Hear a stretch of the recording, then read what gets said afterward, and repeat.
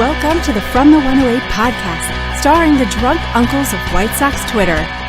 He's a Twitter-like whore, an Instagram thirst trap, and your grandma's guilty pleasure, Beef Loaf.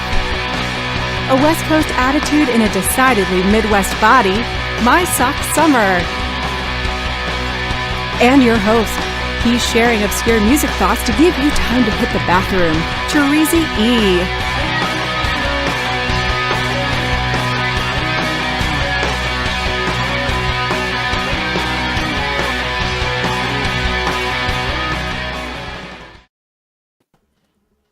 Thank you, Cornsey.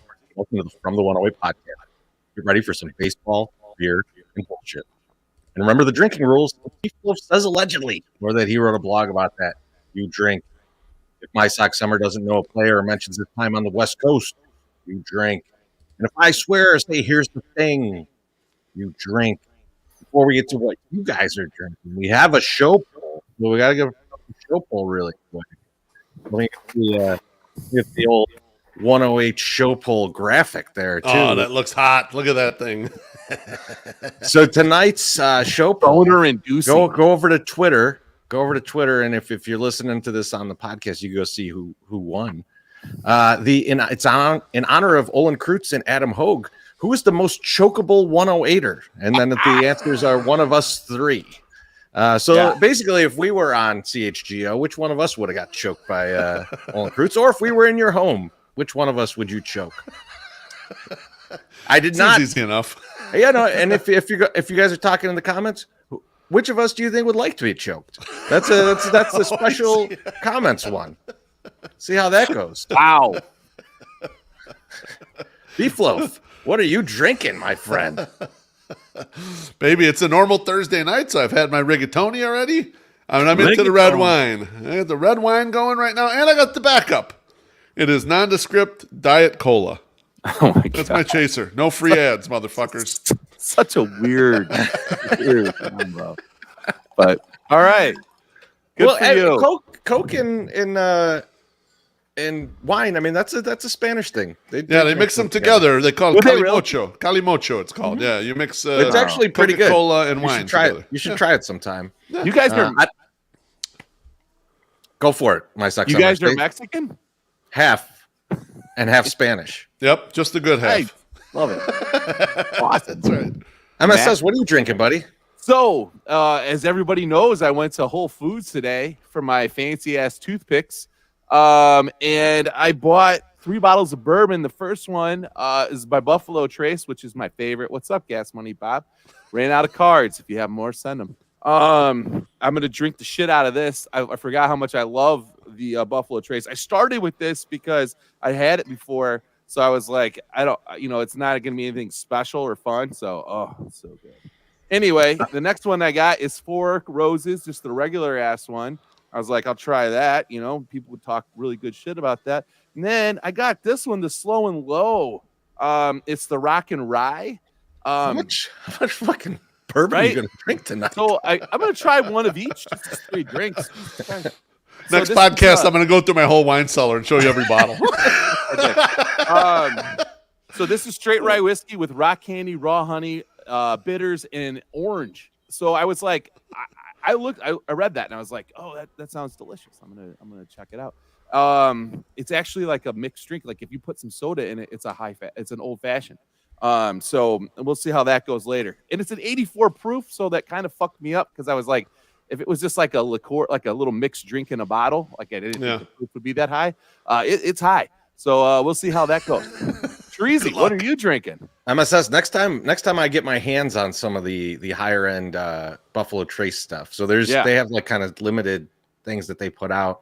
And every once in a while you get lucky, get something. Yeah. I will have you over, and I saw Gas Money Bob in the comments there. I'll have him over too. We'll drink a little bit. It's so good. But for today, is both Revenge of the 5th. So I got on my South Side, my beautiful South Side Star Wars shirt, but it's also Cinco de Mayo. So I'm going with a Tecate. And if you guys saw me struggling, people watching this did not see me struggling. But you guys, while the intro was running, if you saw me struggling, I cut limes way too gigantically. So on the next one, you guys will see me. It'll look like I'm trying to hammer something into a beer can. You should just put it in the corner of your mouth, like chew, like some chaw, and then just drink the beer that way. I think that's the approach, you know. Squeeze the lime into my mouth as I'm drinking. Jason. That won't be gross at all. I promise. Real quick. If you guys need a Southside shirt, I have 1, 2, 3, 4, 5, 6 of them left. Please buy them before George Lucas sues us. I would appreciate that. You gotta take it down from the website. Yeah, I mean, that would be nice. If you like us, please buy a shirt so then we don't have to get sued and lose everything to Skywalker Ranch. I heard he needs a new welcome mat, and we'll take all our money and buy one of those. Beef does look like the Unibonger right now. Unibonger? I had to tone it down. Last week I was too sexual. I could tell I was bothering you guys. You didn't have your best shows because you're just looking at me and I was vibing so hard and the comments were all over me. Today I wanted to be a little more reserved. Just keep it in and make it not about me. Make it about everybody else. You know? This is definitely your. This is not about me. Look, for sure. I'm reserving it. You know what's funny? First off, Sal, hi and go fuck yourself. The toothpick brand is exactly the same on all the toothpicks. There's no difference. It's just a tea tree natural thing. Helps me to stop smoking. Will prolong my life, which I know you hate. But yes, that's what I'm doing. Yeah. So now I lost my train of thought. I'm sorry. Let's get on with it. So I saw Sammy Davis Jr. 5000 in there saying that I need to be the one to turn you in because that's the way that it happened with the Unify his brother tournament. That's and I'll tell you, I love that documentary. The documentary is pretty good itself, but like the one part that I really love was when the brother is talking about this. He's talking about he had to turn in his brother. He knew it was him, figured it out, and he's like, I didn't know what to do. And then they like. Great editing. They cut to his wife, and she's like, "Yeah, I told him we got to turn him in right now." She was like, she was all about it. She was like, you're fucked up, brother. You've been protecting all your life. He's real fucked up. You got to turn him in now. You got to do something. Like, I never liked that guy. It's time for him to go to jail forever. Hey, Wally, I spent more on the toothpicks than you did on drinks at the park on Saturday. So, oh boy, oh my goodness, Beef, how you doing tonight, buddy?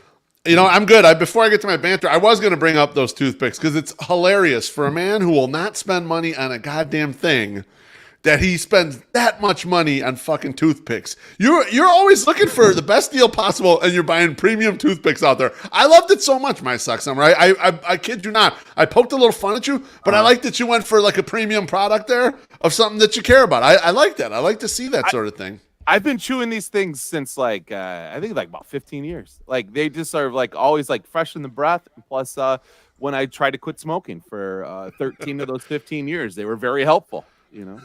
So. And yes, White Sox. I'm DJing afterwards. Well, a full disclosure on these glasses right now in this getup. I can barely see the comments. So if I missed your great comment, I'm sorry that I didn't bring it up. Move. I'm really sorry about that. This is not the best pair of sunglasses to be wearing indoors right now. I figured your eyesight would be so much improved after all that butthole sunning, but I guess not. I haven't had a chance. The weather's been so crappy. There was one sunny day, and I got a sunny day. I couldn't do it. I couldn't do it. I was busy with work. You should have been out there caping in that sun. Yeah, exactly. That's enough of that stuff. Guys, I'm excited about something. There is something on the horizon that's coming. I'm not really that into anything. You know, I like life, but I don't really get that excited about some upcoming event generally.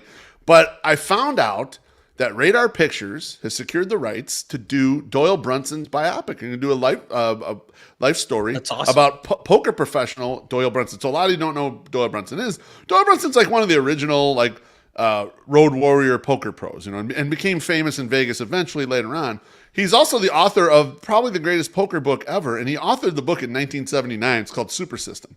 And Super System, you could take Super System right now, read it, absorb it, and you could go beat up poker cash games of varying levels because it's that good of a text. It's rare that you get a text on something that's a how-to book, especially an evolving market like poker market, and it stays good to do a particular thing.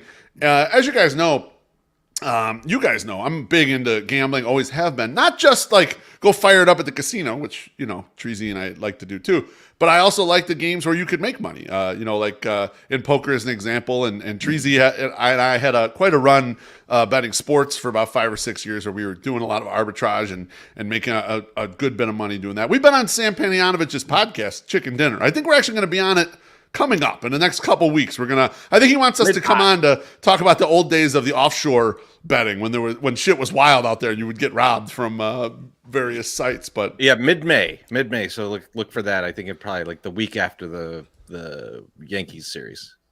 Yeah, so I'm pretty excited because there aren't generally a lot of good gambling movies out there. I mean, there's a handful of them. I really like Rounders. Yeah, you can't even.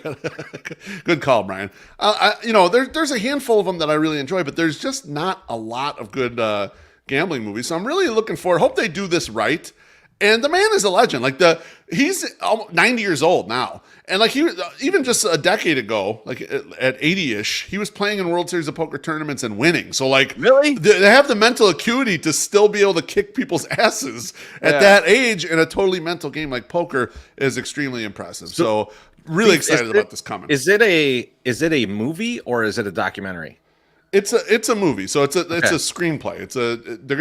They're adapting it. Something called Justin Smith will adapt the script of his life. So it's going to be based on his life, but it's going to be a movie. It's not going to be a documentary, to my knowledge. So I'm interested to see who they choose to play him at varying points of his life, and then just how they depict. There's a ton of wild stories about Doyle Brunson. There's an absolute ton. I mean, he had Tony Spilatro was a guy that he would mix in with. They would play golf for big money with drug kingpins in Vegas. Like, he used to run sports betting money back in the day. Like, he would be the one sort of like collecting and everything. There's wild shit that these road gamblers from back in the day, like you look at casino poker now and you look, that guy became a millionaire playing on Poker Stars and shit. Back then, the shit was dangerous. You would get robbed at gunpoint from these games. Like, it was different. Is it him or Amarillo Slim that has the story about going up to the guy at the door of some poker game, some backdoor poker game, and asking like, "Hey, if I go in there and win all this money, will I make it out?" And the guy's like, "Don't go in there." yeah, that's Slim. Slim also had the bet where he was like, I could hit a golf ball a certain amount of, and then he just hit it on the asphalt, and the thing kept rolling forever and ever. Like, these old school gamblers will figure out the odds on anything and bet you on absolutely fucking anything possible. And I have read a lot of great stories about Stu Unger was hanging with this group, and Chip Reese and a lot of these old school gamblers. Stu Unger, if this comes out, I advise everyone to watch it. Go out there and check it out when it does come through. I know it's in early stages at this point, and just get a feel for what that lifestyle was like back then. Total renegades, and it's awesome. And Texas Dolly, as they call him, Doyle Brunson, is still alive right now. So like, it would be cool if he was still alive when the thing comes out. I think he's 90 years old at this point. So I'm rarely jacked up about something. I'm jacked up about this. It's crazy that he's still alive. Like, he's 87, and he's on 87. Twitter. Okay, he's on Twitter. He is on Twitter. Yes, he is definitely on Twitter. He's got like a few more followers than you, Beefloaf. You should beat him up. Much smarter than I am. I love that. That was a good retelling of a story. That gets me excited because I wasn't involved directly with offshore gambling as much as you, but I did go around and collect money for offshore. You did. So, you did. That's someday Treasy and I should way into the story. Someday Treasy and I should do a podcast where we just talk about that whole thing, because that was about 6 or 7 years of us doing that. And there's some shit from those days that would be interesting. I think some of the crowd would like that. Yeah, there's some wild stuff for sure. MSS, how you doing tonight, buddy? I'm doing great. Like, I was telling you beforehand, like, I don't have a lot to talk about. I could talk about, push something out there, but there's really nothing that's like crazy. I've just been tweeting a lot. The biggest thrill of my life, though, was Monday, or one of my thrills of my life as a father was Monday. I was watching my daughter get to play sports, and also watching things click in her head. And like, I like being able to tell her, and I understand why you coached for as long as you coached, because you tell somebody and then they change it.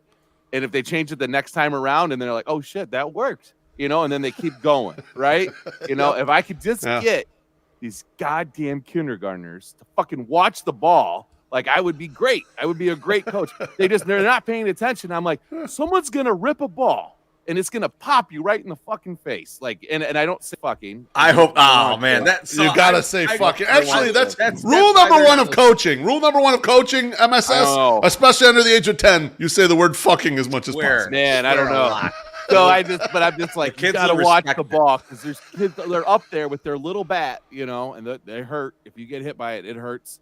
And they swing, and I'm like, one of these times, one of those little fucks is gonna hit that ball, and it's just gonna pop somebody right in the face. And I'm looking at the girl on the team with glasses, and I'm like, nah, those are broken. Those are gonna be broken. You see into her future. And your Those mom are and dad are smashed. gonna be very mad, and they're gonna yell at me. So please pay That's- attention. Don't pick dandelions. Watch the ball, please. That's all I ask. See, the way you say it, it's so nice. You just sound like such a nice guy. Like if you were to say, hey, you little piece of shit, if you don't pay attention, you're hit in the fucking face. That kid will not forget that. In fact, for the rest of their life, they won't. They'll be like, I remember this big dude just screaming at me about baseball. I've never been hit in the face with a baseball, so he was right. They have really nice like uniforms now. They have like the legit logos from the teams and stuff, and like the hats are really nice. Like my daughter has a dry fit hat that she wears, and I'm like, I remember us getting trucker hats that had like a letter on it from whatever team we were on, and the trucker hat fit none of us. Now, like the trucker hats we buy and sells 108 merch, it's like they're fucking smaller than that trucker hat I wore when I was a child. When I was like, all right. Well, Teresi, how are you doing? I'm gonna go back through these comments and start cussing at people. I'm doing good. I'm hoping that my internet holds for this. We've got 2 live streams going on in my house at the same time. So in the other room, Cornsey is doing a live read of The Phantom Menace. Star Wars movie. So that's going on. I will share that link after this. I don't have it yet. Otherwise, I would, and tell you guys to just leave and go watch that. Go watch something entertaining. Go watch something else. But I do have some programming announcements to come up with here. We've got a bunch of stuff coming up that I want you guys to know about. So first is that we're going to add an additional podcast. We're going to have, it's not going to be for every series, but for a number of series throughout the season. We're going to be doing like a series preview. It'll be a much shorter podcast than this one. In fact, it'll be shorter than where we're at in this podcast most of the time. Yes, very short. Me and Beef are bringing back the Way Too Early pregame. You bet your ass we are, baby. So that'll be up. So the podcast for the series is going to be audio only. So it's going to be a podcast. So make sure you subscribe to the podcast on whatever podcast platform you use. So go download, the podcast and just put the notifications on. For Way Too Early pregame, that's going to be on YouTube. So set those notifications on YouTube so you don't miss it. That'll be weekend mornings on away series. So we're going to do like one per away series, and it'll be early because it's going to be way too early for a pregame. We won't have the lineups. I can promise you that. No, we will not. We're also going to be doing some live stream games with the guys from SoxMachine. So me and Beef will be on there. It's on a site called Playback. If you look in the description of today's show, there's a link there where you could sign up and watch. So you basically be watching the game with us, not doing play-by-play, but more like the Manning cast on ESPN. So it'll be more like that. It'll be us basically doing our brand of baseball, beer, and bullshit while there's an actual game going on. And if you've sat in the 108, you know that we can be fairly entertaining. So I hope you guys will join in on that. And then Star Wars related, at the end of the month, the new Obi-Wan Kenobi series comes out, and Josh and I will be bringing back From a Southside Point of View. So that's also going to be on this YouTube channel. So if you got the notifications on, you're all good. You're all set.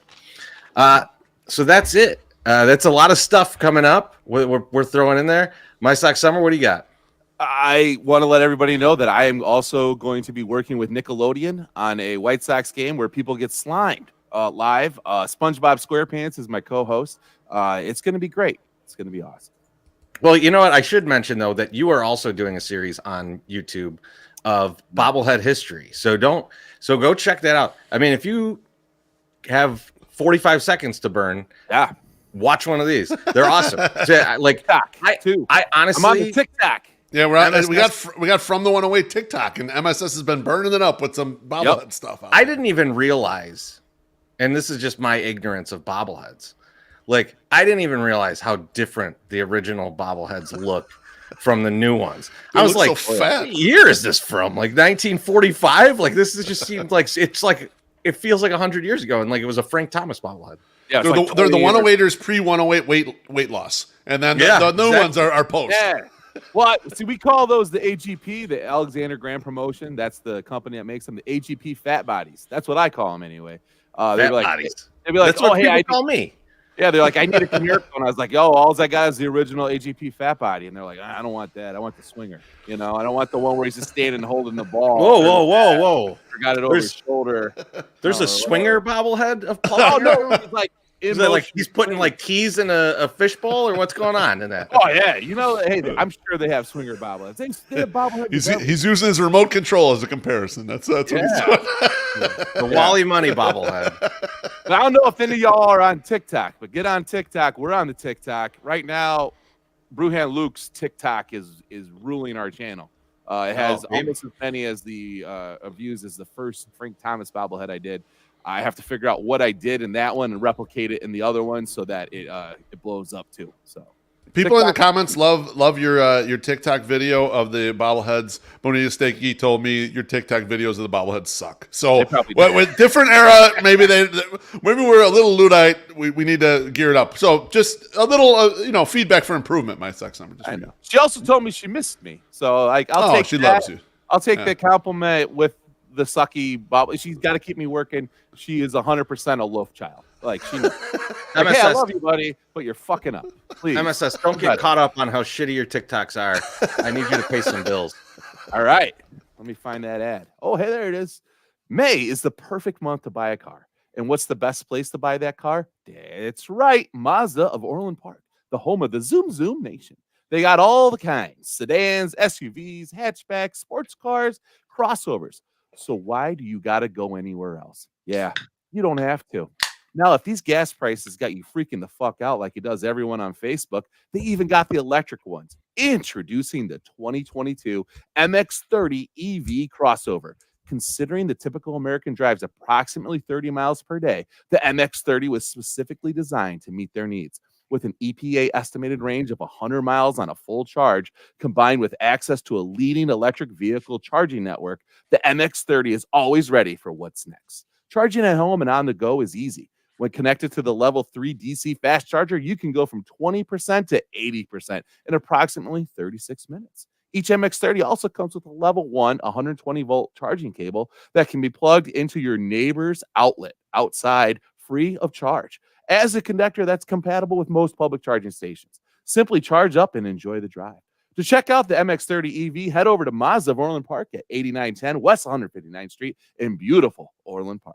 You can check them out online at www.mazdaoforlandpark.com and give them a follow on Twitter at ZoomZoomNation as they give away free Sox tickets with parking all the fucking time. Mazda of Orland Park, home of the Zoom Zoom Nation. Zoom Zoom. Beautiful. Yeah. Ooh, and that commercial gave me time to jam a lime the size of a Comcast remote into my next beer.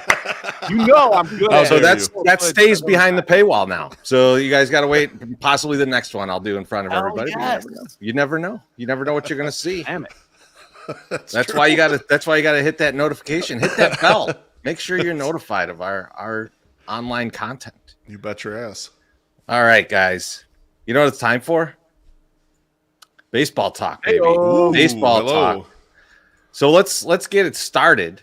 Let's get it started by talking about last week at the baseball stadium.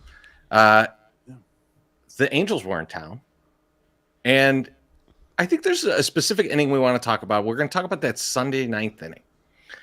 Beef, what were your thoughts on the Sunday ninth inning? And an additional question to you is, we didn't get in on pulling our titties out. Did we make the Sox lose? Possibly. That is possibly a subplot there. Let me set the stage for you. So the Angels series Friday was a crappy-ass, dead-ass bullshit game. The Sox got beat easily. Terrible. Absolutely awful. Saturday comes, and then my guy, Vince Velasquez, is on the hill, and he brings an absolutely heroic starting pitching performance. And Teresi mentioned on the Sunday Soak, there was a beautiful moment where Vince Velasquez and Mike Trout, it's pouring rain, the ump is just calling for the tarp, and they're looking at each other like, fuck it, let's keep playing here. Let's throw one more pitch, and let's just finish this at bat right now. Luis Robert comes through with the 3-run bomb in a heroic way for a hyperbolic crowd, and the Sox pull off a big victory on Saturday. So we're all coming into Sunday hyped up after doing the Sunday Soak, and the Sox put up a stinker all game. And we get all the way to the 9th inning. The Sox are really wearing it, 6-0. Michael Lorenzen is destroying them. He's going for a complete game shutout. He's being left in for the 9th inning. And you don't see a lot of complete game shutouts in this day and age of baseball. Either. Especially this, you're right, especially this early in the season. They usually don't stretch them out. So because I'm an idiot, I tweet out 6 to tie, 7 to win. Let's fucking go. So the inning starts off with the captain, Jose Abreu, with a sharp single to right. So it's okay. At least the captain's brain is still in it. You know, Jose is still in the game here. We're still doing something. And right after that comes up Gavin Sheets, and he hits a single to right. So now we're kind of like, okay, some people have left, and we're like, all right, we're kind of getting into this game. AJ Pollock pops out, so that's what AJ Pollock does. But, you know, some of his pop-ups are luckier than others. We'll get to that in the Cubs series. And then you think Lurie Legend's coming up. You think, fuck, this game's going to be over. He'll hit his normal medium ground ball the second, and it'll be a double play, and that's it. But he doesn't. He lines a double to center field, and both runners score. Abreu and Gavin Sheets score. So this is when we as a group start standing up, and we're cheering and yelling. And the Angels decide, okay, that's a fucking enough of Michael Lorenzen, and we're going to bring in Raisel Iglesias. Now, he's a top closer in the league. It's like, okay, we're taking this seriously. We're going to shut this shit down. We're not letting the White Sox get into it.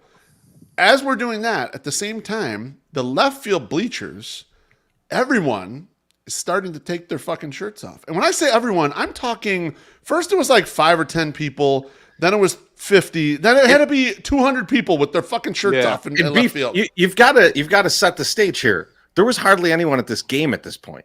So it was already a sparse crowd because of the weather. And then, like, this is people left the ninth inning. It's a 6-0 game. Yeah. People are like, I'm just going to beat traffic home. There's hardly anyone in the park. That's correct. There's hardly anyone there. But this whatever is left of us, we're feeling a rally. And the people are taking the shirts off, and we're all standing for the night. We're like, fuck it, we're going to stand. And this is like 108 tradition. When we get down the end, if there's even a little bit of a rally, we all stand at the end of the game, and we're like into the game completely. So next up is the general, as Treasy likes to call him, Reese McGuire, and he strikes out. So now we're down to 2 outs. We're down to our last out here. We have Josh Harrison up, who has sucked so far this year at the plate. But sure enough, he surprises us with a line drive double to left. And Lurie scores, so now it's 6-3. And now you got the top of the order coming up, and you got Tim Anderson. And I don't know about you guys, I knew Tim Anderson was not making the last out of this game. Tim Anderson has been red hot, and there's zero chance he's making the last out of this game. He singles, and he drives in Josh Harrison. So now it's 6-4. And you got Luis Robert up. So you got the tying run at the plate. And now what's left of us is going absolutely nuts. We're screaming and yelling or whatever. Luis hits a ground ball and throw to first, and the original call was that he's out. But Luis doesn't leave, and no one stops standing. Everyone's still standing out there. And we wait, and we get the replay. So they're going to go, and they're going to put the headphones on or whatever, and we're watching the replay on the scoreboard, and everyone's sure that he's safe or whatever. And a triumphant yell from everybody when he's called safe. So it's like, oh shit, we got the winning run at the plate now. Yep. We got Yasmani Grandal up, and Yasmani Grandal also has stunk so far this year. So we're praying he does anything. And Yaz finally squeezes out a timely walk, loads up the bases now. So now we've got Yaz on base, and the Tony La Russa goes to the bench. He brings in Adam Engel to run for Yaz. So it's like, okay, winning run is now a fast guy on first base. Let's do this. Jose Abreu's back up at the plate. He works the count to 2-2 and gets hit by a pitch. Perfect Jose style. Now the game is 6-5. And we're back up with Gavin Sheets. The Angels throw in the towel. Joe Mann's like, we can't leave our closer in there. He brings in Ryan Tepera. Now he's petrified. He thinks they're on the precipice of losing this game. I think we're possibly going to win this game. And then, unfortunately, Gavin Sheets grounds out easily to first. Ends our beautiful rally. But coming all the way back, 6-5, I was legitimately mad when we didn't win this game. And when we got that Lurie Legend double, I thought we could win. And when the Luis Robert replay went our way, I thought we were going to win this game, boys. And this is the first time I felt like this on a rally, like the whole year, basically. And I just want to ask you guys, did you feel that way? Did you kind of feel like, wow, we could win this game? I thought we were going to win 9-6. Like, I honestly, like, I was like, there's no other way that this is going to end, because I've been kind of down on Gavin Sheets generally. And I'm just like, this guy should probably get sent down. And, just we have talked about it.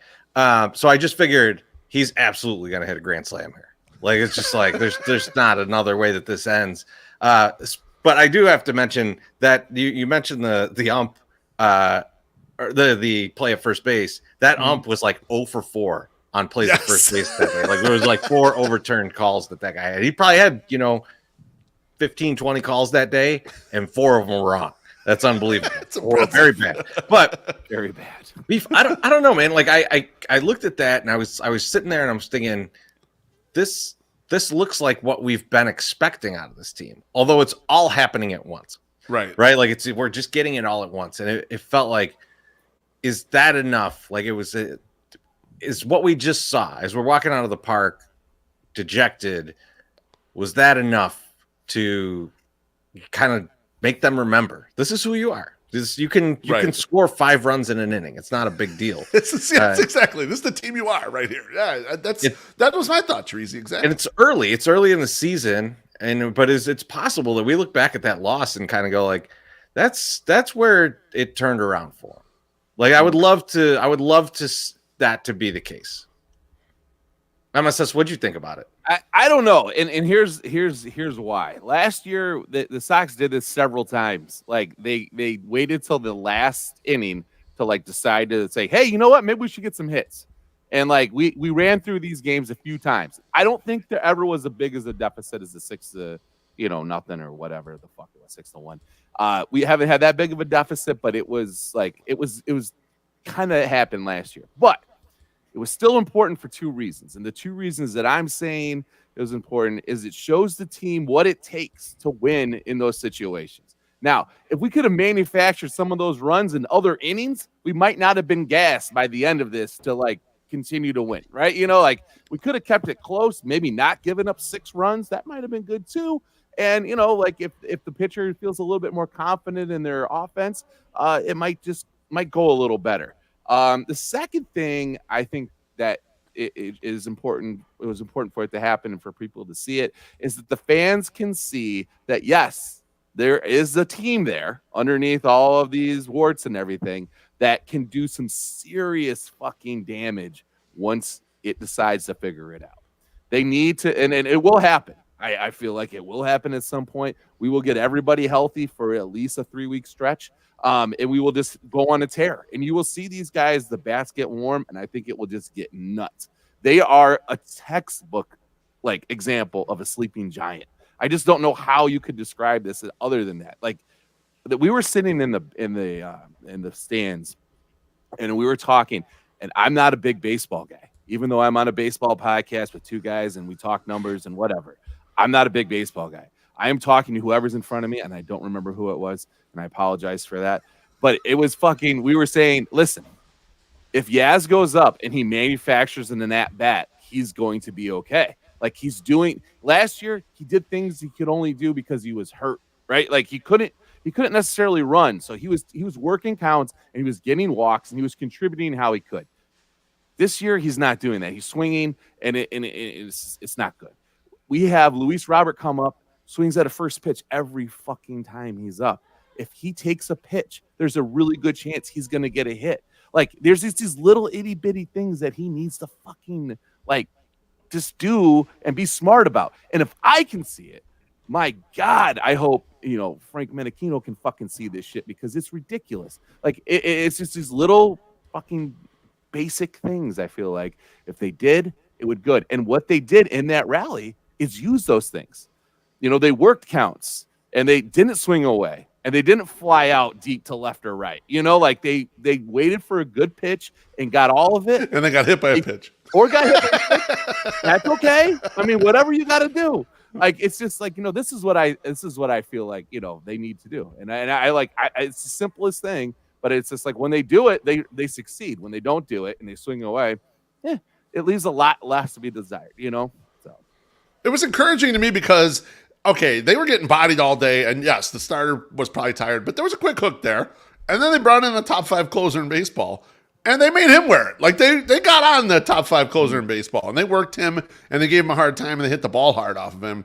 Maybe a lot of it was serendipity, but it just felt good again to, like, be in a rally and think, we can win this game. Whereas with the way they've been hitting, I've not felt like that very much all year.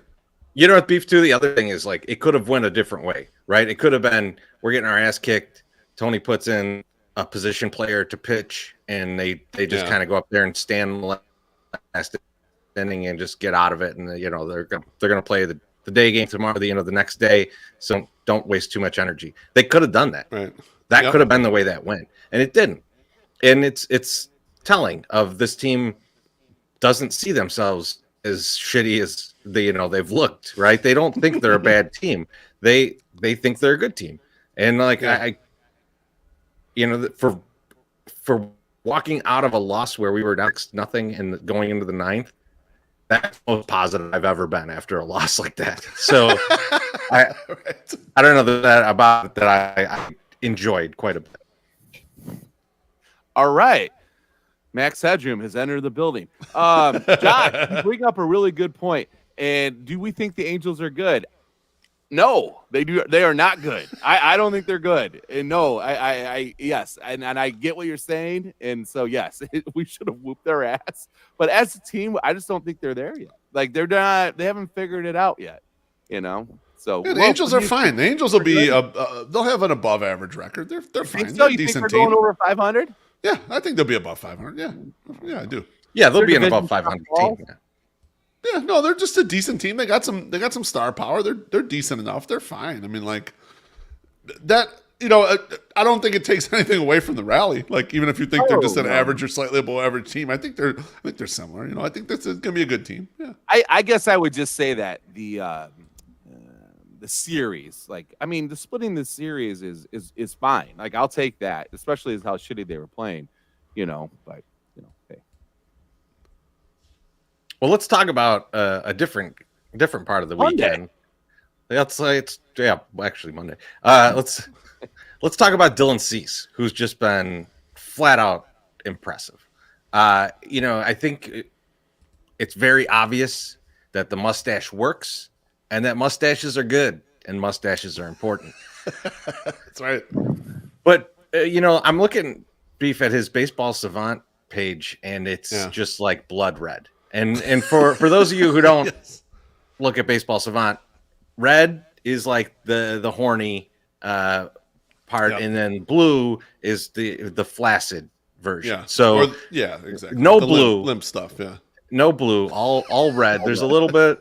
There's like one thing. I think his walk rate or something is like kind of in the middle there, but like just electric, just amazing. So Beef, tell us what you're thinking about Cease right now, and how much you deserve getting bodied by Rick Giolito. I was gonna say, it's kind of funny. Like, if we talked about this 2 years ago, we were like, "What? I don't know if Dylan Cease deserves to be in this rotation." We're like, we don't want him starting a playoff game.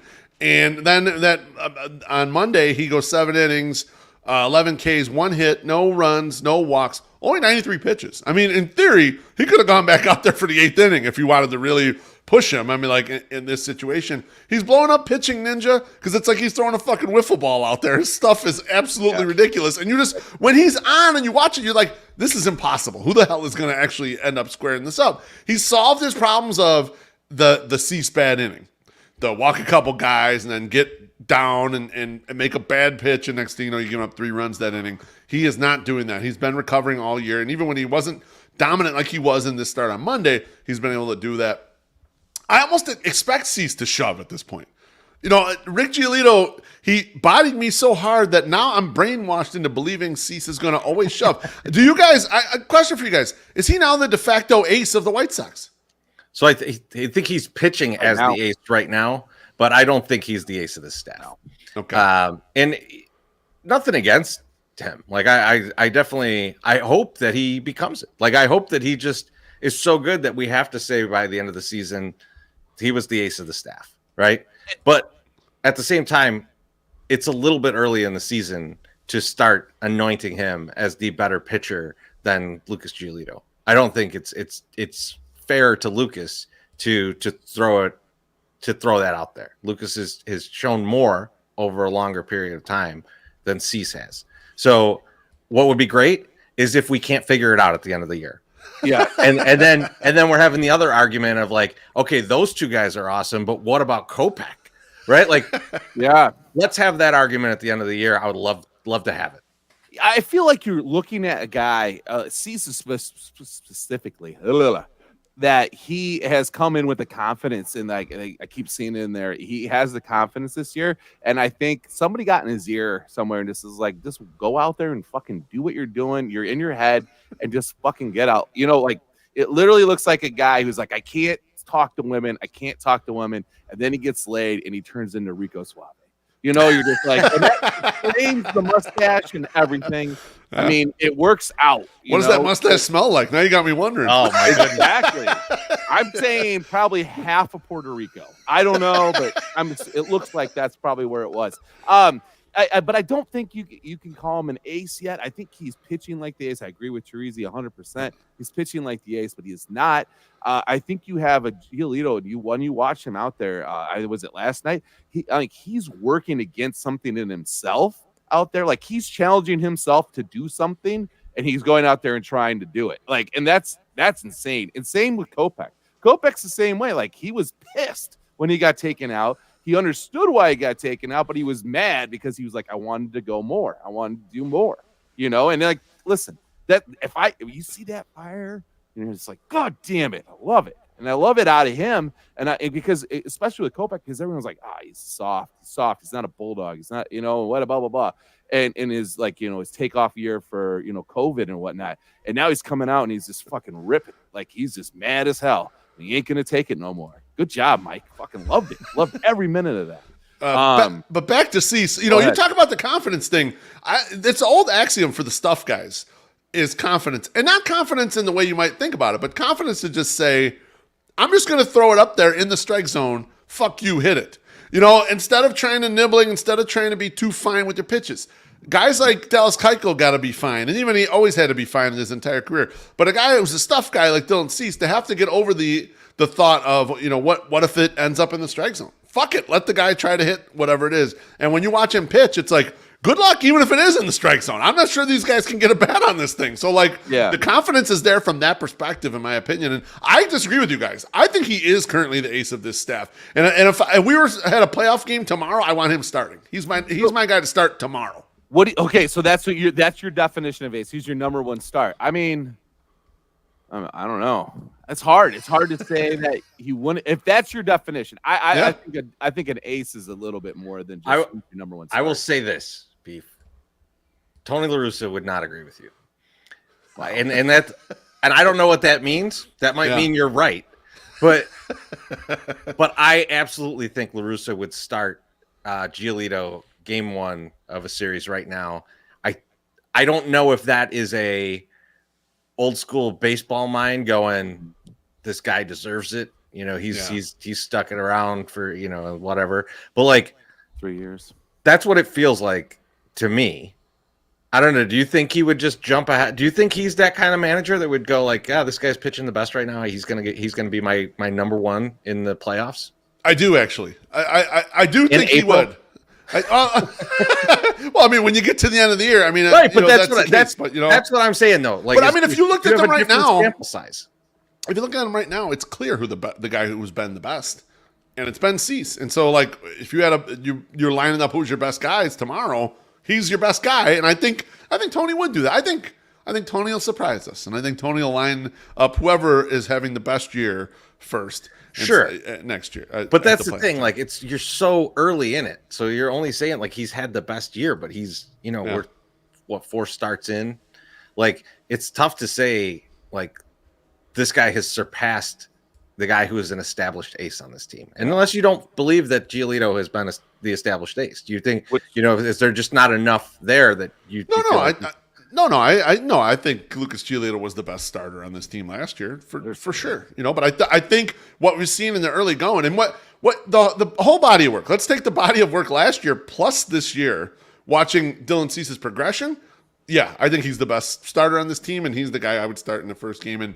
And stop trying to play mind games with me about what Tony La Russa would do. I don't know what he'll do. Okay, you let him do what he'll do. This is what I would choose. You've drank a bottle of wine. You should know. It's and a bottle of Diet Coke. Our guy, bottle of Diet Coke and some wine. Our guy, the biggest little big man, Rhino Man, asks us, what do you think about Rick Sutcliffe praising the Cubs for season development? Which I didn't hear this, but I saw a tweet. He tweeted that. I saw it, and I thought it was a joke. I legit thought it was a joke. It's like the guy barely pitched with the Cubs. Like, how is this real? Also, when he was traded to us, everyone was kind of like, this is it's probably a reliever, probably like a reliever, maybe a late inning reliever. So they bang up job. You made Matt Thornton exactly. I like Los ability to double down on something that Giolito not being the ace, just so Rick Giolito will fucking kill him now. I love Lucas. Everyone knows I love Lucas. I've advocated for a Lucas extension, but right now Dylan Cease looks better to me. I'm sorry, he just looks better. Lucas doesn't give you what you want immediately within the 2022 season, and all of a sudden he's not an ace anymore. Dylan Cease is the ace of this squad. You're a whore. What have you done for me lately, my Sox owner? What have you done for me lately? That's what I want to know. Half.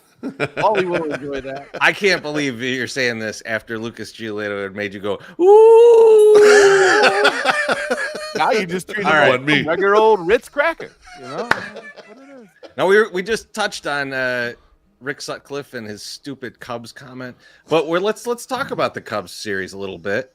And in MSS, you wanted to ask this question, which is it sad to beat the Cubs because they're not as good now? And I'm upset. I'm upset with this question because this is the skinny MSS.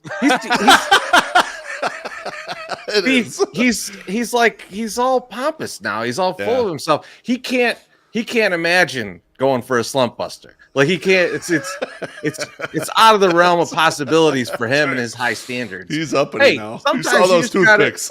Sometimes you just he's got $1 million toothpicks. He's got no time to go out there and bust a slump. MSS, you got it. Like these are the shitty teams, man. And the Cubs are a bad team right now. They're absolutely a bad team. Yeah. I'm not trying to say they're not, but you got to beat those teams up, man. And you can't feel sorry about it. You can't be sad about it. You beat the shit out of those teams and you move on to the next thing.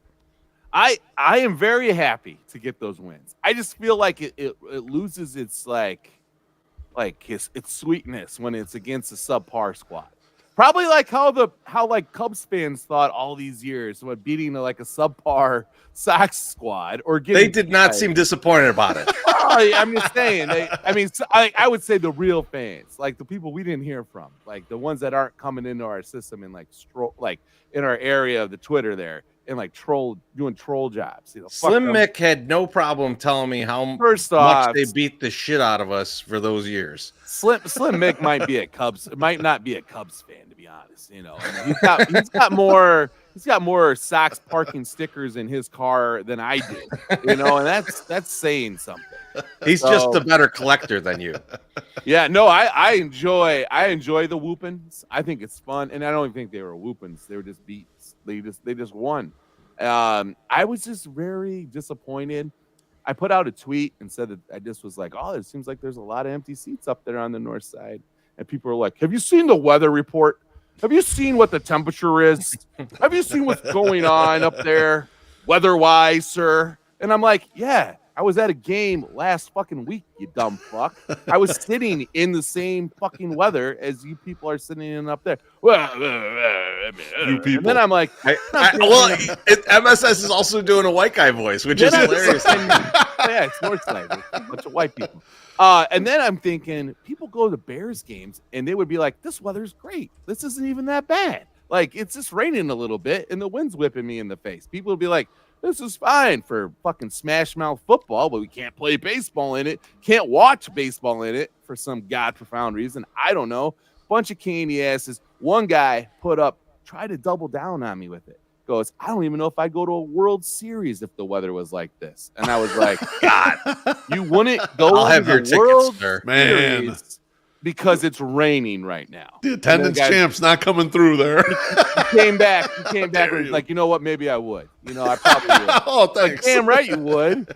Who would it? I mean, seriously, like I was trying to think. I'm like, what does the weather have to be for me not to be at the game for a World Series game? And I'm like, I would have to lose a leg, and there would have to be meteors crashing at me. And they wouldn't play the game, right? Like the game probably wouldn't be played. Well, you never know. Horrible. But if it was and it was like, oh, we're only going to shoot meteors into Section 108, I'll be like, you know what? I'm going to risk it. I'm going to take my chance because I want to see this game.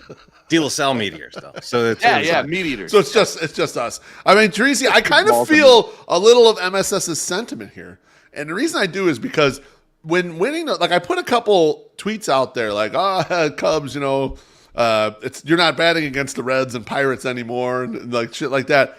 And I just didn't get the sensation I usually get. And then even when they, when they in the second game, in the eighth inning, when the Cubs had a rally together and the Sox are winning 4-3, my blood pressure didn't even go up. I'm like, we're going to win this. They're going to get out of this inning. I'm not even that worried about them. And I felt so bad. I didn't even really talk shit to Aldo and K-Fids and Yumper like I normally should. Like last year during this series, we did. We bantered a bunch and, all the Patrick Wisdom shit and whatever. And that real high-scoring game at Sox Park, we're all going back and forth.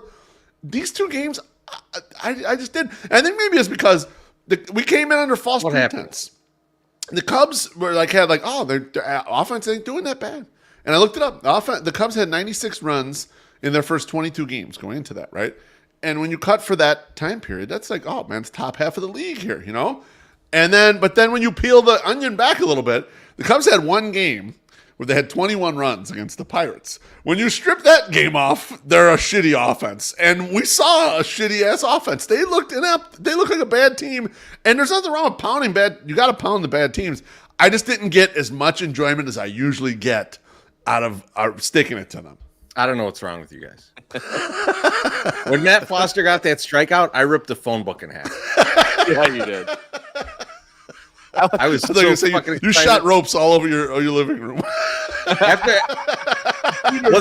was when Liam closed it out. When he was fist pumping, you had Peter North spurts everywhere, right? Yeah. And then I shotgunned a 24-ounce Pacifico. Ooh, wonderful. Try that light sky. It's great. Yeah, I don't know. I don't agree with you on this. I never will. I enjoyed the hell out of it. You guys should have enjoyed it more. There's something wrong with you. All right, let's get on to the next part of this.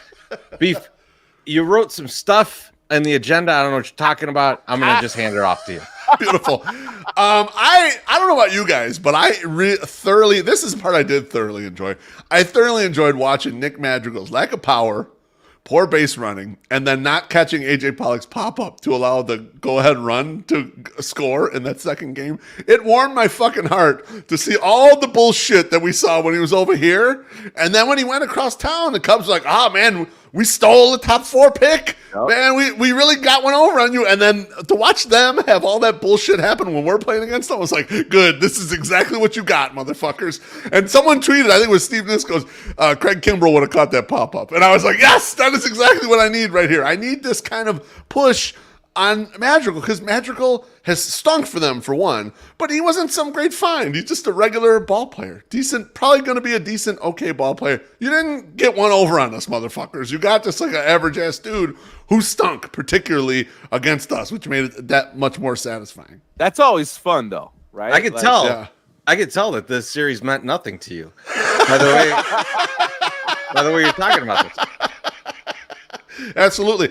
A couple other things I really enjoyed, or one thing I didn't enjoy that much is we cannot have Luis Robert running into brick walls. I almost sued the fucking Cubs that moment when I saw him hit what kind of poverty franchise, what kind of bullshit fucking franchise has a goddamn brick wall out there, nothing fucking on it? And I know all the ivy, there's nothing but fucking weeds up, dead weeds on that shit. Who the fuck allows that in their park? How is that legal? How can you have that shit? It's from the set of Evil Dead you're running into. Like, I don't know what the fuck is happening. But Beef, let me set the stage for you.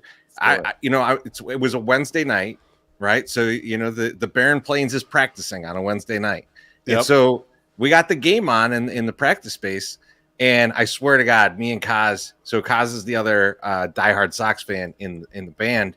We're playing a song and we're watching the game, and we see Luis run into the fucking wall, and like both of us forgot what song we were playing. Like it just the shit just went off the rails as soon as his shoulder hit that wall. I just stopped playing. Kaz was playing something else. And then like he fell on the ground, and then like we were just like looking at each other like what is happening? This can't happen. Luckily he was okay. Luckily he fucking Kool-Aid man went through the wall because he's a superhero. He's tough. All right, that man is tough. He does not have a sore hand for an entire month where he has to go on the IL. He is tough, Luis Robert. I don't like it, and I want to know what is it? Who has to get hurt for it to get changed? Like does Rad Manfred like have a son that plays center field or something, and maybe he'll get hurt, and they're like, listen, we need to change this shit. It's ridiculous. It would be like I can't think of another stadium that has a death trap outfield.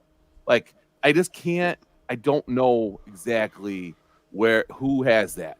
It would be to me if Kansas City had an actual fountain. Like if you went too far, you just fell in the fountain. If there's a moat out there.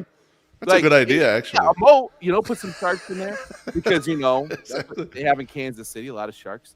But it's everyone knows that. It doesn't make any sense. It's just like any other place you could do that. My second question was, can Luis Roberts sue the Cubs like that guy did to the Yankees guy did to the Sox?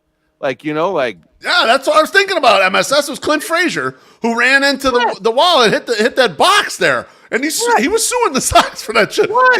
You should be able to sue the Cubs for that. Ricketts probably suing Robert for breaking some of the bricks, right? He's gonna get. It's like, hey man, I'm dead poor after the 2020. I got no money left. I'm gonna go try and buy a soccer team though. Hey, they can pick all those bricks out away that people wrote. Had their names written on and stuff. Remember when they remodeled Wrigley, they threw away all those bricks that people like, love the Cubs, love the Cubs. They threw all that shit away. They could kick someone up and put them in the wall. Make those people happy again. Nickelodeon figured out foam bricks like 20 years ago. Yumper's right. Clint Frazier plays for the Cubs now. There's a conspiracy somewhere in here. There's some shit going on here. He's going to sue them pretty soon. His wonderful hair is going to get knocked off when he runs into that wall. He's going to sue for workman's constipation. He's going to get his hair. He's going to get his hair caught in the basket, and then he's going to be out for the season. Speaking of the basket, Treasy, the White Sox benefited greatly from the basket. God. It's Jose Abreu and my guy Larry Legend, who's officially back now. I want to let everyone know. Back? All right. Larry Legend is officially back. All of you were out there bodying him. My guy Cliff Levingston. Larry Legend's Cliff Levingston is like the 11th best player, and you're like 90s Bulls. You're giving Cliff Levingston a hard time. It's like, no, the Stars are not performing. Well, it's a good thing because our super sub, he's back at it. He's hit 2 home runs in the last week. I think it's the last week. Yeah, he's hit 2 home runs in the last week or so, and he's back. But both those home runs went in the goddamn basket. I love the basket. I've always loved the basket. Even as a little kid, I loved that basket was there. And I loved it more when I became an adult.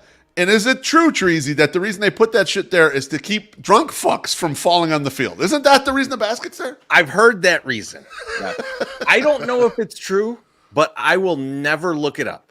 Like I will, you know how there's some things in life where you're just like, I don't think that's true. But if you can go look it up online and find out that you're wrong, but there's no reason to, right? I do that. It's not like, oh, should I go get my green toe looked at? Maybe I should look that up online.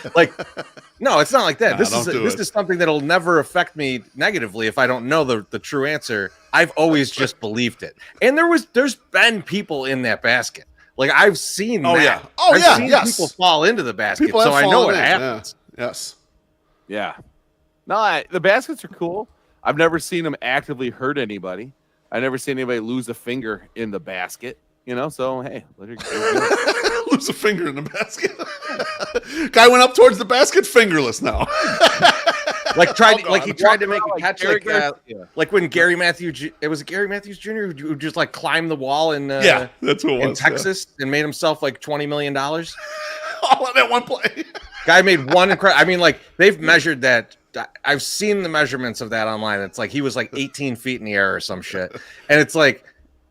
But you didn't need to pay him $18 million for that catch. It's unnecessary payment, but I love it. That's a good point from Billy Wires. If someone does lose a finger up there, we'll do a GoFundMe. No GoFundMe. Go fund that finger. Let's go. God damn it. It won't die. Never will. Beef, any more on the Cubs series there? That's it, baby. We whooped their ass soundly. Nice to get a 3-game win streak going. Let's move on to Boston. Yeah. I love it.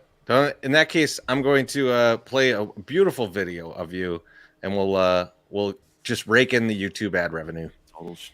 Subscribe to our YouTube channel. If you're watching us on a live stream right now and haven't subscribed, make sure you tickle the undercarriage of that subscribe button and get on board. If you've already subscribed and are watching the show, talking smack about MSS's internet and generally meat gazing at Treasy E and I, please smash that like button in the face. If you are listening on the podcast feed and have never enjoyed the eroticism that is the YouTube version of this show, come to youtube.com/FromThe108 and hit that subscribe button. Our previous goal was 1,000 subscribers. We're currently at 1,100 plus. That's going to allow us to make minimum wage for about 1 hour per month if we do a full podcast schedule. You just can't beat that. So get your friends, your family, your dog, everyone to subscribe and allow the 108 to fulfill the dream of becoming YouTube thousandaires. I love you. Well, that's for me in the act. Trying to get this stuff that in there. Slime is too beaucoup. Too beaucoup. All right, we got. How dare you? I appreciate Bruhan Luke. I appreciate you telling people to smash the like button. That's what needs to be done, my friend. So here's my review of the slow and low rock and rye. Go White Sox!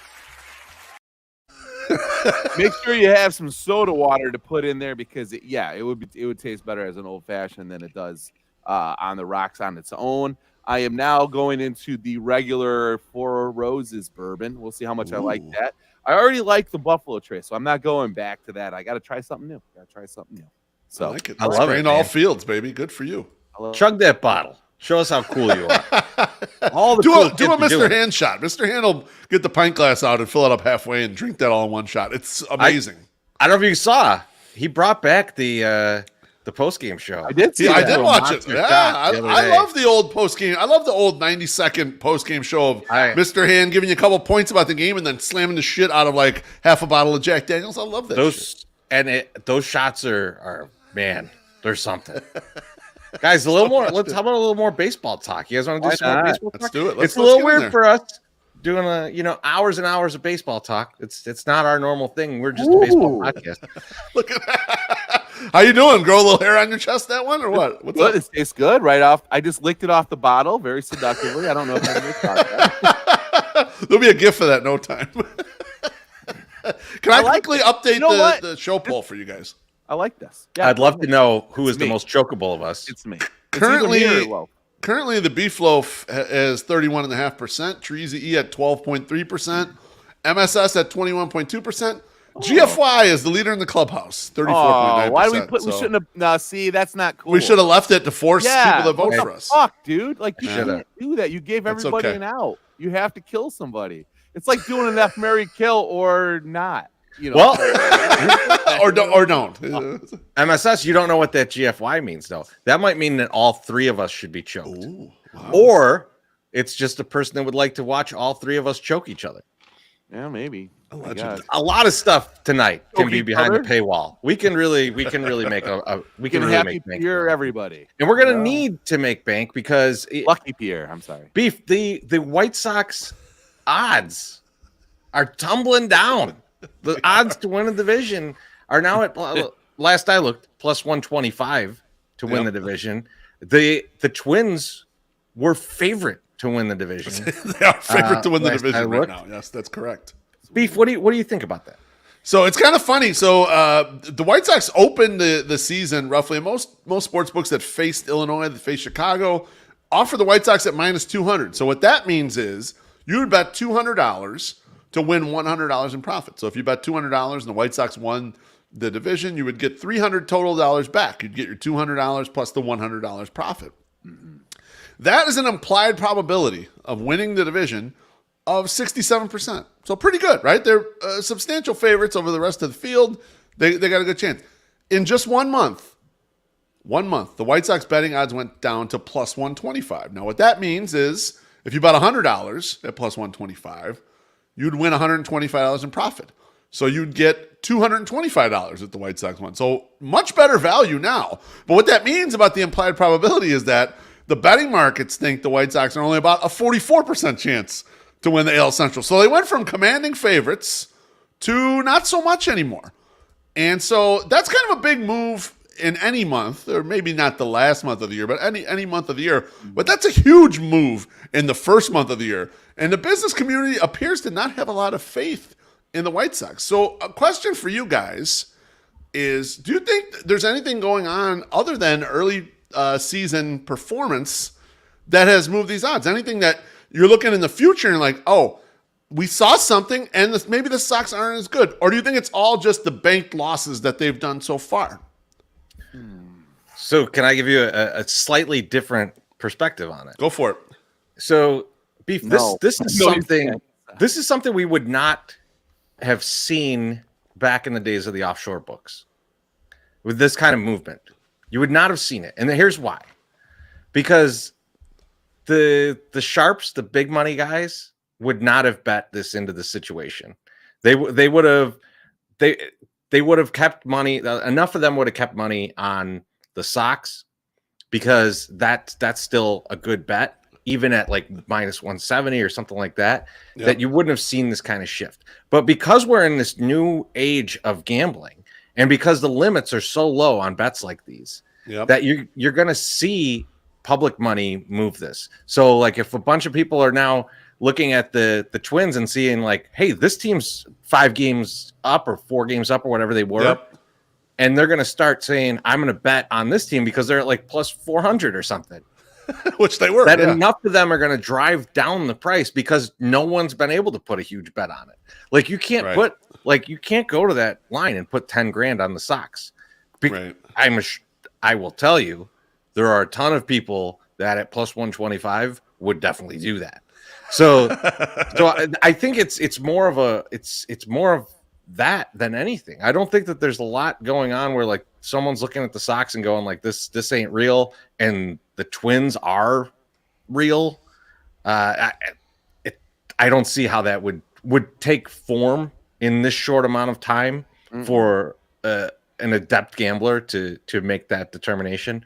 So I don't know. I think it is truly just something that's coming out of this new way of gambling and I know what it is. Not seeing the offshore books with these huge amounts of money. I'll tell you what it is. This is what it is. All the odds makers are on Twitter. They're reading all the bad tweets, and that's happening. I mean, literally, it hurt Eloy. Like he got hurt because he was reading Twitter, and they said you're not hustling. So he's like, I better fucking hustle. He got hurt. Now the line's getting pushed. We should just put narratives out on the Twitters that we want to have happen. You know, like let's just let's use some reverse psychology on the Twitters and make our pockets fat, or get us some good stuff. You know, like we'll just figure it out. It's like clearly what it is. Like I'm not the betting guy in the group, you know, so I understand what you're saying. I mean that's kind of MSS. That's kind of fair and kind of not fair. You bet on lots of stuff. You bet on lots of things that you buy at the secondhand stores and everything. So you are kind of a betting guy on this show. We're all betting guys on the show in different ways. Me and MSS got the same amount of units on Beanie Babies that I've got on division winner for the Sox. That's so sad. But when you're explaining those in the odds, right? And you're going into the 125. Like to me, I'm like looking at it, I'm like that seems like a good bet. Like I would take that bet. Like that's something that I would put money on.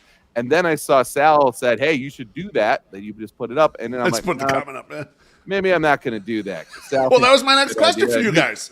Is it time to jump on the value? Is it time to hit that plus 125? Would you bet it right now? Beef, this is why I know how much the maxes are on these bets. Yes. I went across counts. Okay. I have Sox at multiple books now because this position is just too good for me to pass up. Now I'm not telling anyone else to bet on this. That is, you do with your money whatever you want to do. This is by no way a sure bet. Injuries happen, all kinds of bullshit happens in baseball.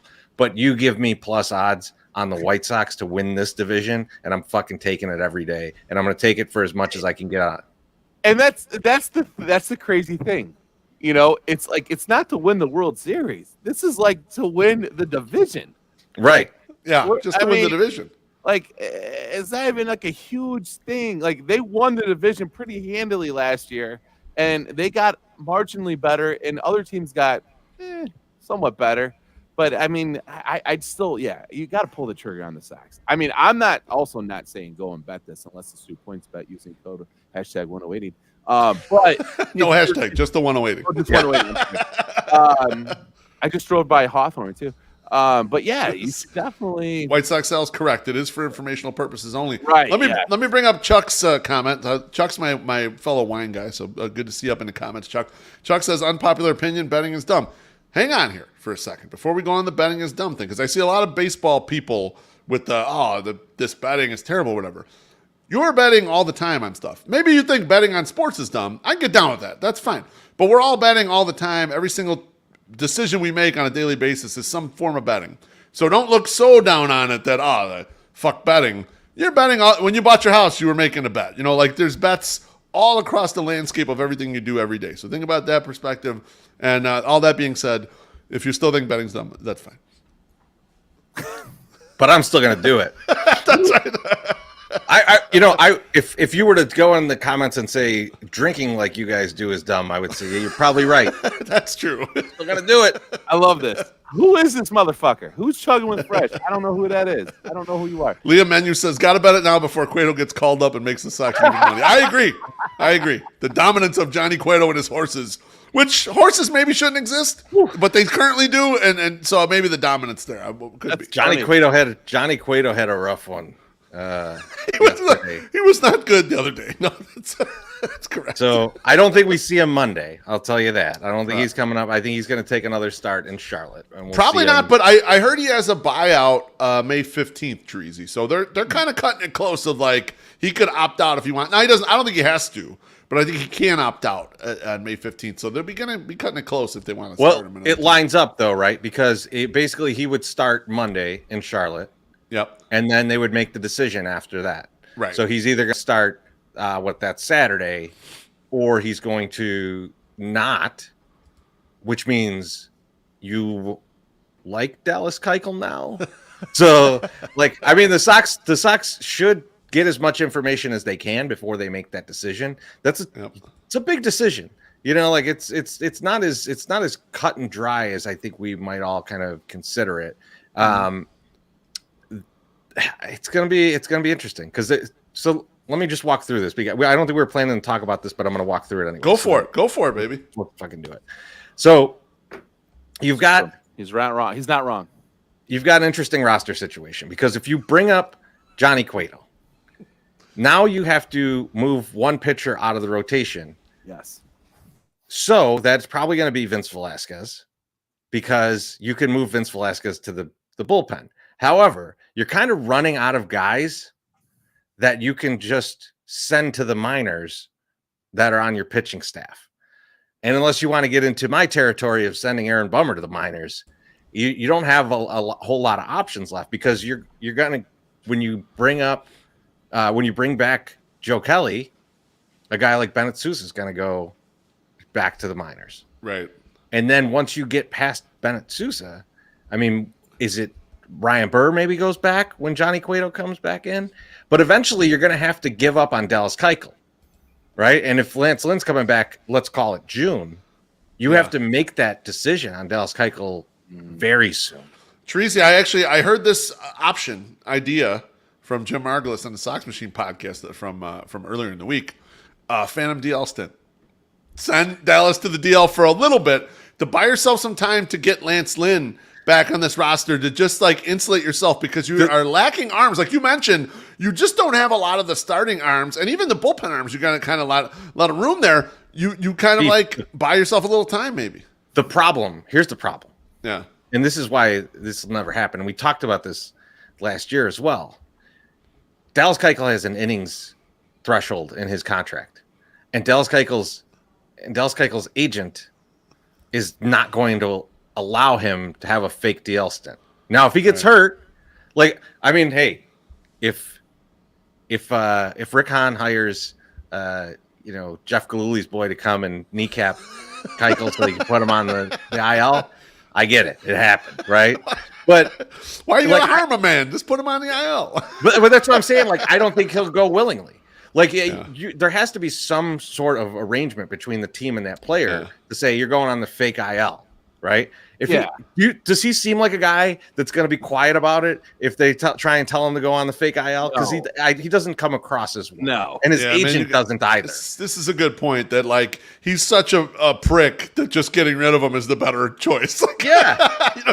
Just like chill out or whatever. We could probably use you a little later in the year, but right now we want to do this thing. Yeah, I agree with you. You probably would be a huge pain in the ass about that. And I'll be. Also, be honest, Beef. Like I'm saying, this is a tough decision for the Sox.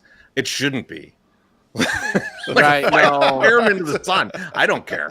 We asked for the dead cat bounce and got the dead cat. So get him the fuck out of Yeah, here. I mean, jokes aside, unless he's running a con, I think it's hard. And I was reading the comments real quick, and our guy Baloney up there. That's ridiculous. Was just saying that it's like, hey, Jerry's pride won't let him DFA somebody. He's still owed money, but I'm pretty sure we DFA'd Danks. We sure did. We sure did DFA Danks. We DFA'd Peavy. There was two guys that there was still some meat left on the bone that we owed them, and we were just like, you know what, man. They also paid Capitan like $6 million to never come back. Just go away. Yeah, exactly. He had years on the deal. He had extra years on the deal, and they're like, just get out of here. Just go away. Shields get kind of DFA'd too, or no? No, he stayed. No, because you know why? He was great. I'll tell you what, you get 2017 James Shields would be just fine right now. He'd be much better than Dallas Keuchel. Like 100%. Dallas is getting lit up, man. 100%. Eat those innings. Like that's all you need to do. Like just keep it close. Eat some innings. I'd take Jake Peavy. Joey P says Dallas gives Adam LaRoche vibes. I would love it if Dallas just decided to retire and let the Sox off the hook for that money. Does Dallas have a child that can fuck up the clubhouse that we can blame him on? I can only hope, huh? I gotta clear the air though, because comic punk guy asked if I have a black eye. I do not have a black eye. All right, you can see my eyeballs right now. I've got two. I've only had one black eye in my entire life, and it was in a basketball game. I got elbowed. I was taking a charge. I got elbowed, right here. Ugh. I go to the ground. I don't really know. I know it hurt. Came down. I made a jump shot from the baseline, and then the quarter ended. They pulled me from the game. This is after the first quarter. It's my sophomore year. I'm on my sophomore team. And then I don't go in the second quarter. I'm like, what the fuck? How come? And I played a lot of minutes that year for that team. And when we got back in the locker room for halftime, I looked in the mirror and I'm like, oh man, because I had a big old eye at that. And I was like, oh, I get why I'm not in this game. They don't want to see that thing running around the court. So that's my only black eye I've ever had. I remember that. I remember that game very specifically. And here's why. I'm watching Beef, and now I'm sitting in the stands. So Beef's back is to me when he's taking this charge. And he gets hit in the face. But I didn't see him get hit in the face. I just saw him fall back. And, it's a sophomore basketball game, so there's 15 people in the crowd. And, he lets out this, whoa! And I remember turning to my mom and just looking at her going oh, he's going to win an Oscar for that one. Then he runs down court. He comes running back, and his eye is gigantic. And I'm just like, oh, I feel like a piece of shit right now. And then I laughed a little bit. All right, so let's get into the next topic. So, Beef, you wanted to talk about some of the more terrifying and more encouraging performances coming through. lay it out for us. Who's terrifying? Who's encouraging? What do you want to know from us? Well, the number one guy who's encouraging the hell out of me right now is Liam Hendriks. I think he might actually be back. Not Lurie Legend back, but like back. On April 25th, it was a Monday, the day after Liam Hendriks gave up that gigantic home run to Byron Buxton to lose in Minnesota, I wrote a blog about how worried I was about him and how he'd stunk up to that point. His ERA was 6.14. Hitters were slugging 778 off of his fastball at that point in time. Since then, he's pitched 4 games, 4 innings. He's had 3 saves. He's given up no hits or runs, only 1 walk, and he's done that all on 52 pitches across 4 appearances. It appears that his slider is back-ish, but he's doubling down on his fastball, and he's throwing that fucking thing even harder. It's just like he got mad and said, I'm going to throw this thing as hard as I fucking can, and good luck to you guys hitting it. And no one's hitting it so far, and I am absolutely loving it. Boys? I like the turned up velocity. Like, it's just like the slider's not quite like the command is coming back. Starting to, yeah. So like you're starting to see the command, which is obviously helpful. But him just going like, I gotta, you know what? If I'm not gonna locate this, and I know I can locate my fastball, I just have to throw it way harder. Just like. It's awesome that he has that to reach back into. You worry about how long he can sustain that, but at the same time, it's great to see right now. And that game the other night was awesome and very emotional for him. Yeah, and that post game. I don't know if you guys saw the post game, but Benetti asked him about his. They're like, "Where did you get your pitching reports? It looked like a printer from the '80s." You know, when they had those big things, and he's like, "Oh, that's just my heat wave chart." You know, where he's like, the red's good, the blue's bad, you know, whatever. I was like, this is awesome. They asked him, like, what does it show you? It shows me where they suck. Yeah. He's like, where to throw it where they suck. I got to throw it over here. And I love that he was so candid about it, too. He's like, well, you know, first I fucked up. I wore a gray jersey up here, and I was like, oh, shit. So then I run back to get my black jersey, and I come up, and I hardly have time to warm up. Problem solved. This is what we do, Liam. You don't warm up. Like, just come in there, go real quick. You know, like I always learned, like I learned in AP English senior year in high school, like the more I put time into a project or a paper, the lower the grade got. The less time I put into it and less thought I put into it, fucking went fucking gangbusters. Man, did you hear the humble brag in there, Treasy? AP English. I heard that shit. I heard that AP English shit. Hey, seems like a guy who should write a blog more than once a year. You'd think, but you'd be wrong. You'd be wrong. You would think I would do that. I got some ideas. Just give me a minute. You know, it's just this week's been hitting pretty hard. But, I like Liam coming out, and you know what? I'm not as worried about Liam. I know I did say that we thought maybe he was cooked, and that's why they keep buying relievers like we don't have one. But you know, maybe I'm wrong. Who knows? I'm not really a baseball guy. We'll see. But yeah, no, it's encouraging, and you want him to do good at least until Joe Kelly is healthy enough to throw a fucking pitch. So we'll see how that works. I have to address a comment. I love Tecate. I don't know who Senior Sox. I don't know what you're talking about here, man. Yeah, let me pull this comment. You know what? I took this as Treasy. He's throwing the fake Mexican thing at you. He's like, you're not a real Mexican. That's what he's trying to do here. All right, you know, that's a little slander. I'm a little offended. I love Tecate. This has always been my summer drink. Senor, if there's anything I know about both these dudes, is they enjoy alcohol. It doesn't matter what it is. I have never brought anything over to these guys, and they say, "Oh no, I don't want to drink that." Like they're like, "Fuck it, let's drink. Let's see what this is."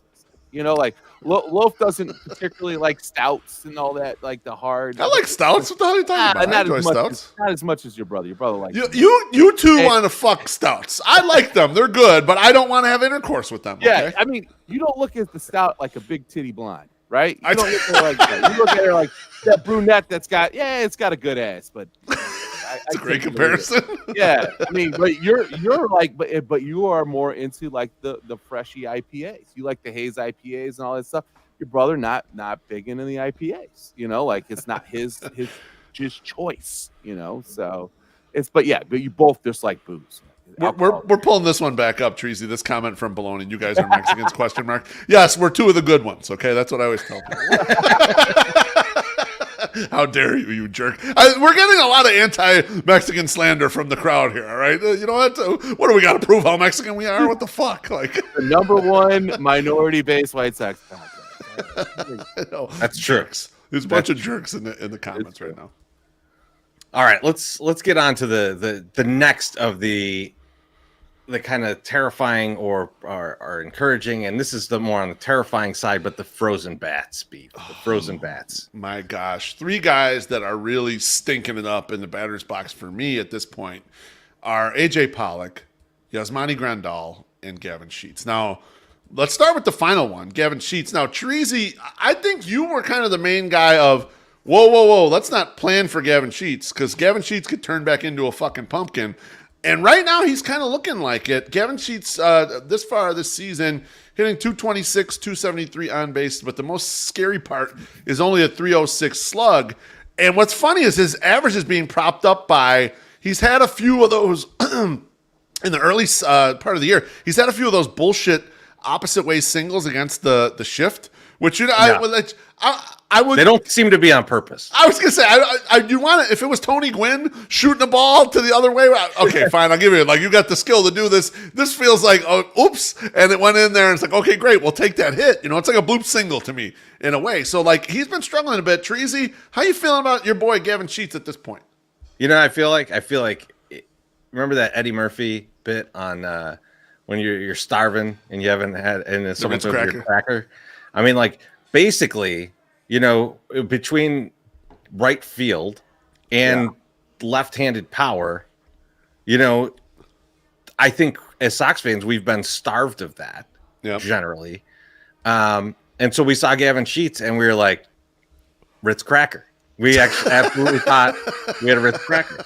And like, we might not. We just might have some regular just like kind of a mediocre player. And nothing wrong with that. That's fine. That's okay. There should not have been expectations on this guy, and the fact that he's done what he's done is good. Like, that's, you know, that's a guy. He could, if he's going to be a quadruple A guy, that might be fine. This is another reason, though.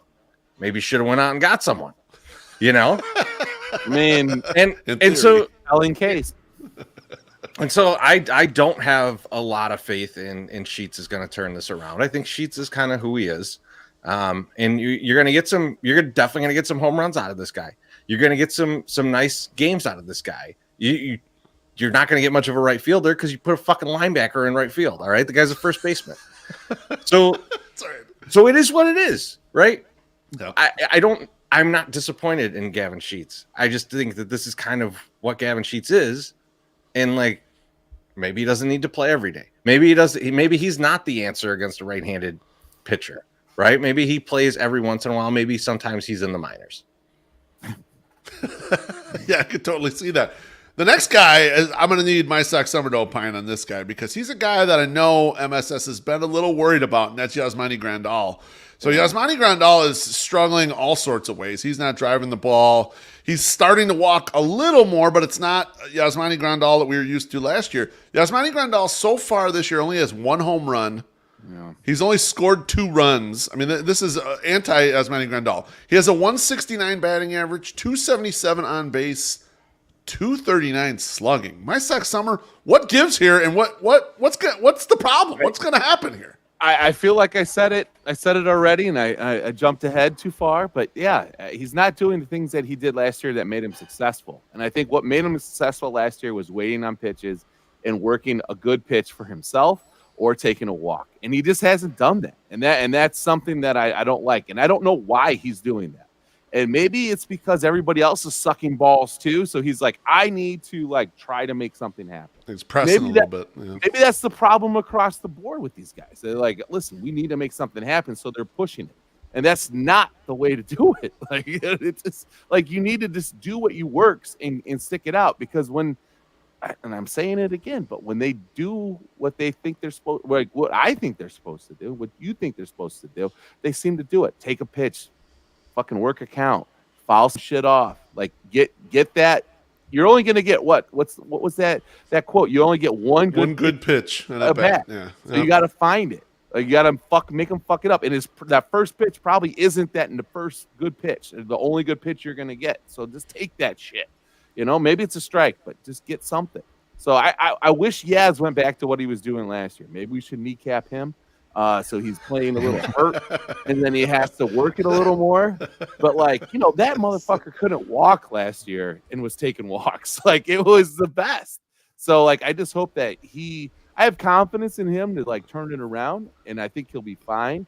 But I think, some other guys hitting might help that too. So he will not feel like the weight of the world on his shoulders. Right. Feel like he's got to be the only productive left-handed bat. You brought up last year, and I know some people are probably thinking this right now. Yeah, struggled out of the gate last year. And you're right. Last year in April, he hit 127 batting average, 294 on-base percentage, 273 slugging.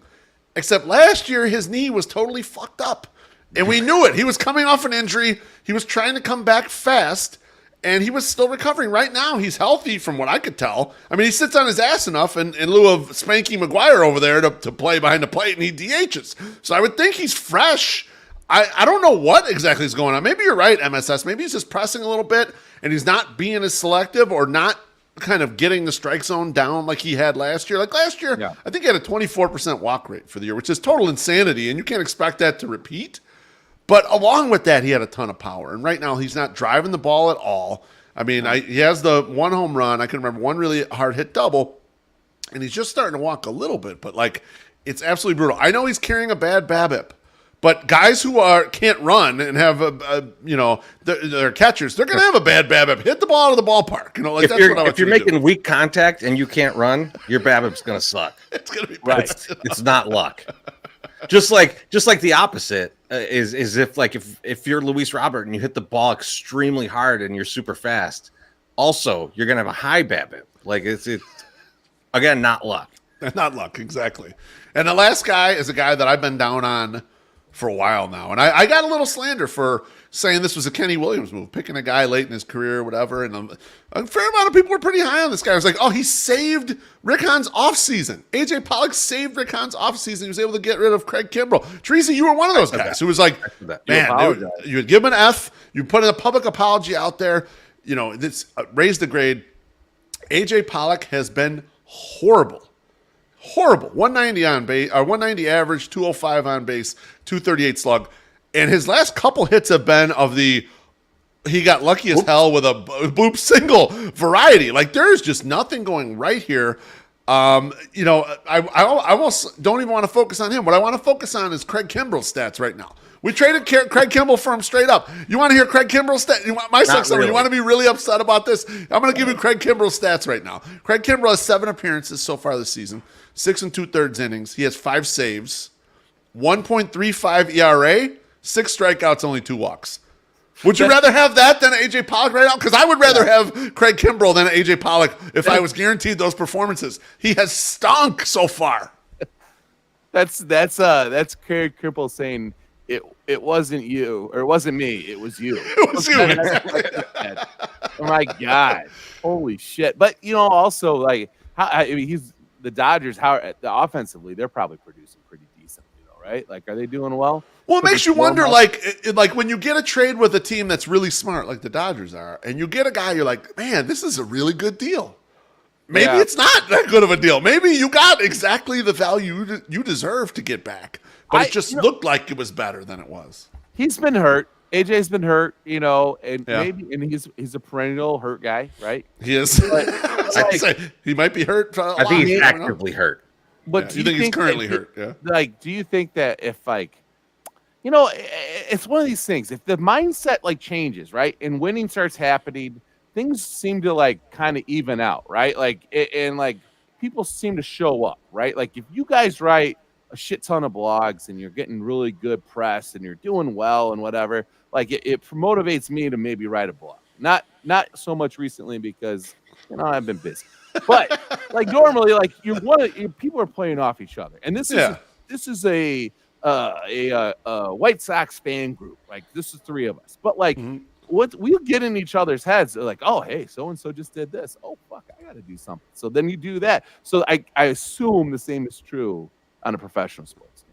So if you see these other guys starting to put up numbers, my God, if Gavin Sheets put up numbers, Can you imagine how much AJ be working trying to like, oh my God. He's like, this big pumpkin head motherfucker is like hitting the shit out of the ball. Like, I need to hit the shit out of the ball too.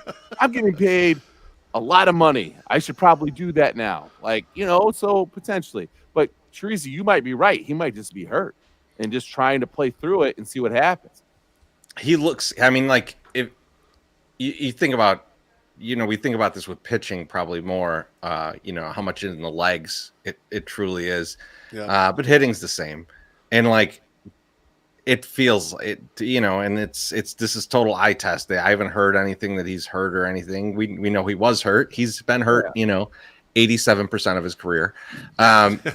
He looks like a guy who's having problems with his legs, trying to swing the bat, being behind on the ball, getting weak contact. It looks like he's just not there. And the fact that they have to kind of play him every day probably isn't helping that. Right. I'd be willing, and this is because I'm a good guy. I'd be willing to cut one of my Sox Summers hamstrings off and give it to AJ Pollock if needed. A little thick. I'm going to be honest, a little thick for the size. I don't think the size is going to match up. I feel like he needs a little extra just in case. Just a little extra, maybe a spare part kind of, like, we'll keep this for later kind of thing. Yeah, that might be a good idea, actually. And I tell you, me and Billy Wires have been watching YouTube videos on how to perform this surgery. We're ready. Awesome. His garage, we've got it mostly lined up, mostly sterilized. It's pretty good for a good garage surgery. So whatever you don't have sterilized right now, you'll have those gigantic limes you're trying to squeeze. You'll squeeze that onto there. I've got those limes, and I've got the Malort bottles of hand sanitizer too. So we're good, I think. I've learned that in Mexico. Citrus kills everything, so you can put your mouth in that beer bong. That's true. Even for the people that don't believe Treasy and I are Mexican, yes, that is true. Don't put it on where you cut me though, because that would burn really bad. Well, we've got anesthesia. We've got to, sterilize that area too. Yeah, you got to cauterize it. I cannot wait to wake up in like a Dexter-like kill zone in Billy's garage, and there's remotes everywhere. Whoa! You're not getting the garage treatment. Lot G is for you. Don't worry. You can't have surgery in the kill zone. That's too dangerous. Yeah. We're just doing a quick hamstring grab there. That's all that's happening. I said fucking Dexter kill zone where he puts all the plastic down. I'm gonna wake up in the plastic, and you're like, oh yeah, that's where you're gonna wake up. Yeah. Yeah, that's how I'm working. All right, it's enough about taking my hamstring out of the garage and fucking Joliet. Great. What's wrong with that? Exactly. Enough about tearing hamstrings off human bodies. Let's talk a little bit about the starting pitching instead. Beef. Lay out the starting pitching here. Boys, the starting pitching's really starting to come together, especially since Lucas Giolito's come back from his minor injury. Himself, Michael Kopech, and Dylan Cease have dominated so far, pretty much. I mean, together they've thrown 71 innings, and as a group, they have a sub-3 ERA together. Kopech's ERA is 1.17 right now. And materially, it's backed up by their FIPS and the high strikeout rates across the board, including Lucas being the highest one at this point. Lucas Giolito struck out 40% of the hitters he's faced. That's not going to maintain because he got to beat up on the Cubs the other night, but the top three in this group are really dominating. We saw a flash, finally, of Vince Velasquez, and that was in that Saturday start. He finally looked good. And while we were watching it in person, I thought, I don't know if this is fool's gold or not. It's tough to tell from our vantage point. And some of the other folks who were sitting with us were checking the Baseball Savant, the StatCast, and everything, and saying, no, it was a legit good start by Vince Velasquez. And so right now, the White Sox rotation is looking really good, coming into a situation where you're not that far away from getting Lance Lynn back. Now, we aforementioned Dallas Keuchel, and I think, Teresa, your game for cutting Keuchel, I would say this about this whole situation. I'd be good with him cutting him, and even if Johnny Cueto stinks, is there any reason the White Sox in the bridge between getting Lance Lynn here and now couldn't just do a bullpen game once a week? I mean, is it ridiculous to think that you could get 3 innings out of Reynaldo Lopez? No, Like, right? It doesn't feels, seem like it seems like a better use of the innings than Dallas Keuchel right now. I would just bullpen it for a game and get Dallas Keuchel out of there, even if you don't think Johnny Cueto's the answer. and you have until the end of May to keep the roster unbalanced, right? Like, so you can, if you're willing to sacrifice on the offensive side, which this is funny because this is the guy that gives you this ability to do this, is you could put Lurie Garcia kind of anywhere, Right? so he gives you the flexibility to work with 12, and then you have 14 pitchers. You could run bullpen games, or even differently, Beef. Like, let's say you don't have that much confidence in Cueto. He's just doing okay.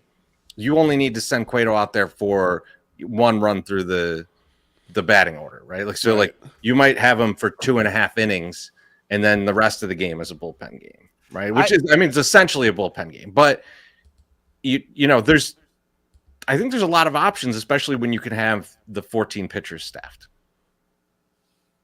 Do you trust Tony La Russa to manage a bullpen game though?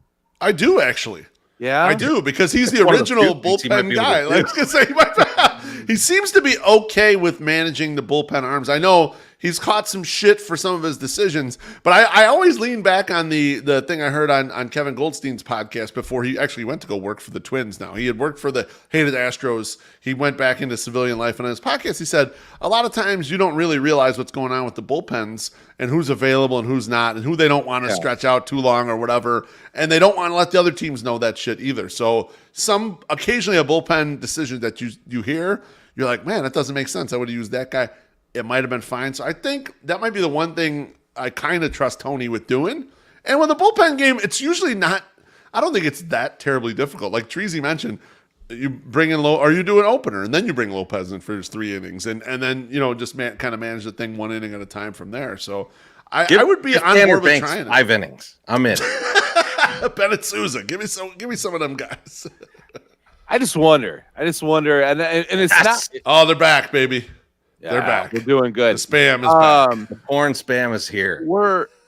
I just want, like, I guess it comes down to, and I don't think Dallas is going to turn it around like all of a sudden. So maybe that is more of a better way, because you're hoping for a luck thing, and it doesn't seem like it's going to happen.